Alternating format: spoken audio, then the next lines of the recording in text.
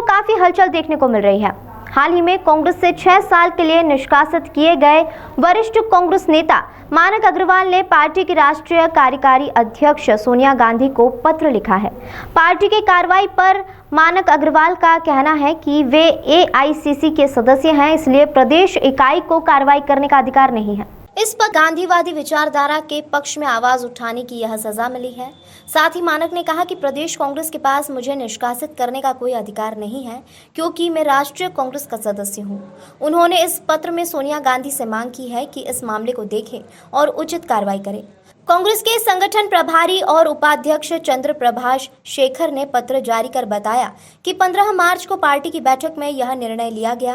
मानक ने हिंदू महासभा के नेता रहे बाबूलाल चौरसिया को कांग्रेस में शामिल किए जाने पर विरोध जताया था। इसके बाद इस मामले ने तूल पकड़ा था। अब यह मुद्दा राजनीतिक गलियारों में चर्चा का विषय बना हुआ है। ये कुछ मेरे खिलाफ कार्रवाई नहीं कर सकते, इनको अधिकार ही नहीं है। मैं एआईसीसी का इलेक्टेड मेंबर हूँ। एआईसीसी को ही अधिकार है, कांग्रेस प्रेसिडेंट को अधिकार है, एआईसीसी की अनुशासन समिति को। तो ऐसा तो नहीं कि आप लगातार मुखर थे और गॉडसे विचारधारा का विरोध कर रहे थे, तो आपकी आवाज़ दबाने के लिए? देखिए, हो सकता है कि मैं गॉडसे विचारधारा का विरोध कर रहा था, इसलिए उस आवाज़ को दबाने के लिए इस तरीके की कार्रवाई करने की इन्होंने कोशिश की है। इसमें ये सफल नहीं हो पाएंगे।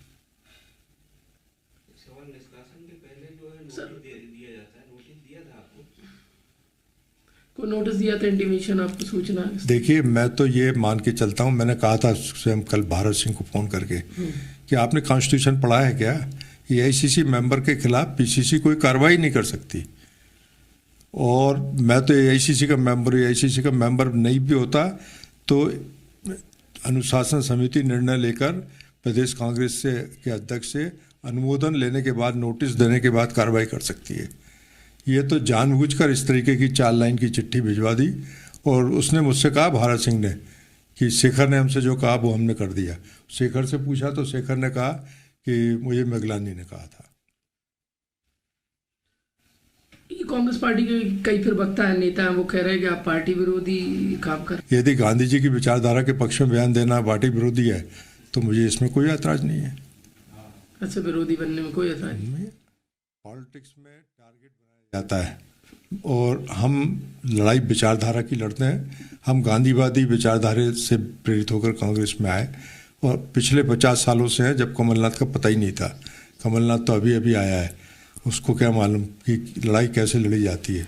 हम एक विचारधारा की लड़ाई लड़ रहे हैं और हम इससे समझौता नहीं कर सकते।